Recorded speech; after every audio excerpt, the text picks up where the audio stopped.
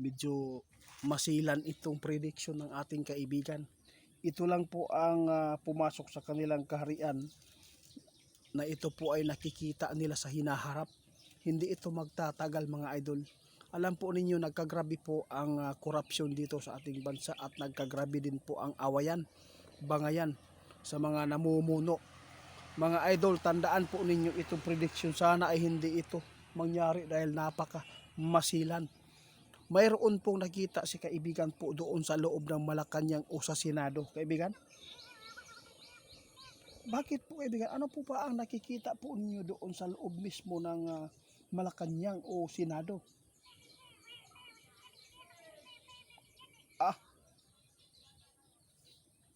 Sa mga walang sakit na sana ang makapanood nito.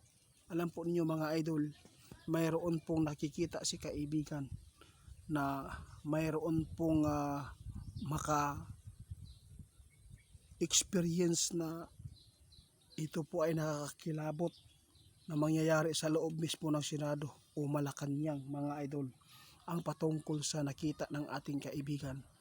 Doon talaga mismo sa Senado mayroon pong maganap na patayan o mayroon pong krimen na mangyayari dyan. Na ito po talaga ang gusto ng ating kaibigan na masupla o masumpa dahil nakakabahala po itong ipinapaabot ng ating kaibigan ngayon na mangyayari.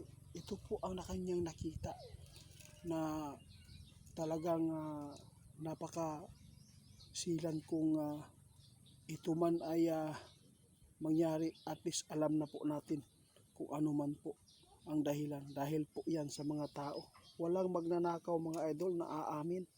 Lahat po sila magdidipinsa ng sarili nilang reputasyon.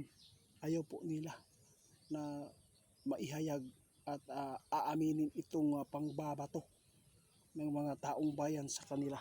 Dahil po talagang nakikita naman po talaga natin ito.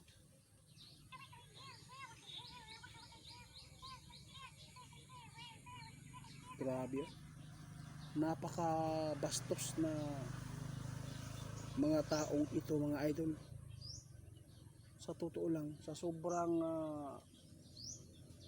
viral sa flood control, corruption, ikinababahala ng ating kaibigan na ito ang nakapasok sa kanilang kaharian, itong impormasyon na mayroon pong mangyayaring krimen sa loob ng Malacanang o sa Senado. Mayroon lang po silang nakita na posibleng mayroon pong masawi dyan, no?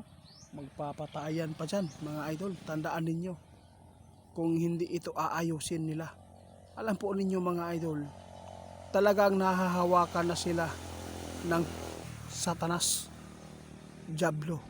Nahawakan na daw sila, sabi ng ating kaibigan, kaya pwedeng magawa ito. Itong hula ng ating kaibigan mga idol, delikado po ito.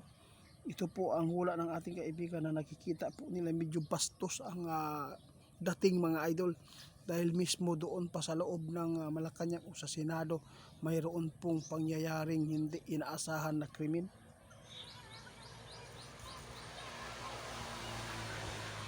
Grabe. Kaya nagbabala si kaibigan, hindi po tayo pwede na magpadala sa material na bagay. Dahil ang magpaalipin sa material na bagay ay hindi maganda ang patutunguhan. Kaya ipinapaabot ng ating kaibigan ito para hindi ito mangyari. Dahil talagang nakikita ng ating kaibigan, ang nasa loob ngayon ng Senado ay talagang wala na pong magandang samahan dahil po sa nangyayari. Mga idol, tandaan ninyo ito. Ipinapaabot ng ating kaibigan ito mga idol para po na hindi mangyayari. Talagang prediction ito ng ating kaibigan. Wala siyang sinabi na kung kailan, pero malapit. Malapit na. Kung magpadala kayo ng tukso ng Diablo, talagang makagawa talaga tayo ng krimen. Kaya kaibigan, salamat po guys. Maki-report ni Ghost Hunter 88 Fans 2.0.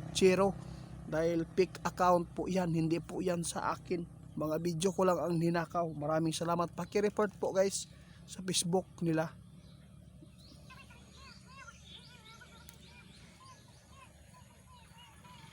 Guys, sabi ng ating kaibigan, wala kaming intention po na for views only. Ang intention ng ating kaibigan masupla ang ginawa ng Diablo sa tao sa loob mismo ng Senado. Alam po niyo mga idol, tukso ito ng Diablo para mag-away-away tayo. Kung hindi po kayo naniniwala dito, wala tayong magagawa. Mga idol, tingnan po ninyo, medyo masilan man po itong video na to na ipinapaabot ng ating kaibigan mismo po doon sa loob ng Senado. Magkakaroon ng krimen o dahil po sa mga bangayan. Grabe oh. Ayaw po ng ating kaibigan na talagang mangyari. Ayaw po talaga nila mangyari.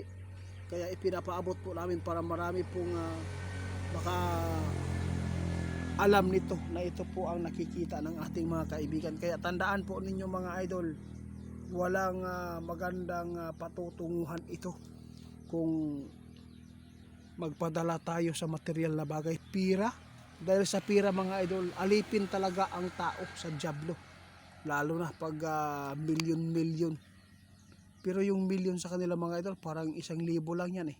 Kasi grabe naman po talaga ang mga nangyayaring korupsyon talaga dito sa atin. Kung ikumpara natin po sa mga nagdaan na mga presidente, ito ngayon ang pinakamalala. Nabulag lang ang tao. Hindi nila alam kung sino ang mga leader na nagnanakaw. Kahit mayroon ng mga ebidensya, ayaw pa rin paniwalaan dahil po sa kanilang galit sa mga Duterte. Ito ang nangyayari.